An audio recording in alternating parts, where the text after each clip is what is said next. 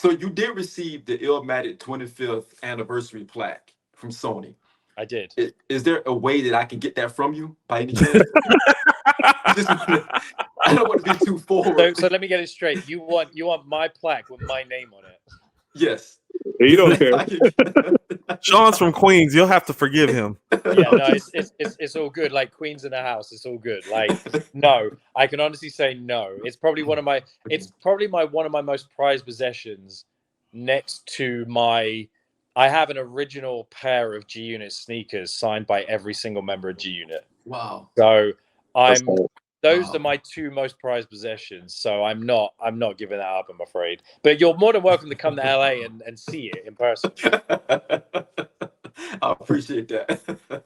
So real quick, because I know you have stuff to do and you're a busy man and probably have to get out of here soon. So I've been telling people lately that I think 50 is probably the best hook rider hip hop has ever seen, and Get Rich or Die Trying is the best consistent hook performance that we've had in hip hop history. As far as like, he did every hook on that album, and every hook on that album is exceptional. It is one of the more exceptional hip hop projects of all time.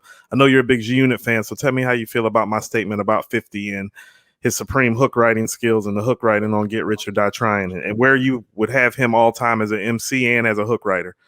Because as a hook writer, I got him number one.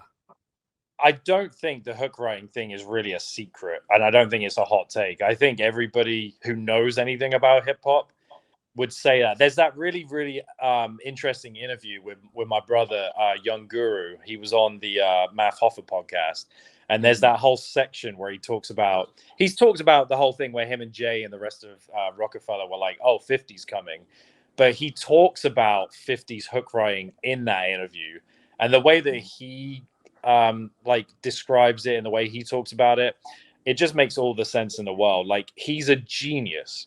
And you have to remember that it's not just him writing hooks for himself.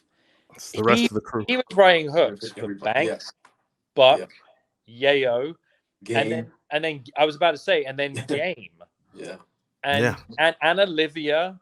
And then you got to remember, like, Mace comes on board. He was writing hooks for Mace. Mobb Deep came on. He was writing hooks for Mobb Deep. MOP, he was writing hooks for MOP. And that's just the people giving away hits like Magic Stick. Exactly. That's what I was going to say. So those are the artists that are under the G Unit umbrella. Then it is like I believe he did some stuff with Missy Elliott. He had the Lil' Kim shit. And he was just, there was no stopping him. No. And there still is. I guarantee you, 50 can still write hooks better than anybody. Oh, absolutely. But he's just making so much money and moves in the TV space. He's like, why do I need to? So the hook writing thing, I totally agree with 1,000,000%. But again, I don't think it's like a hot take.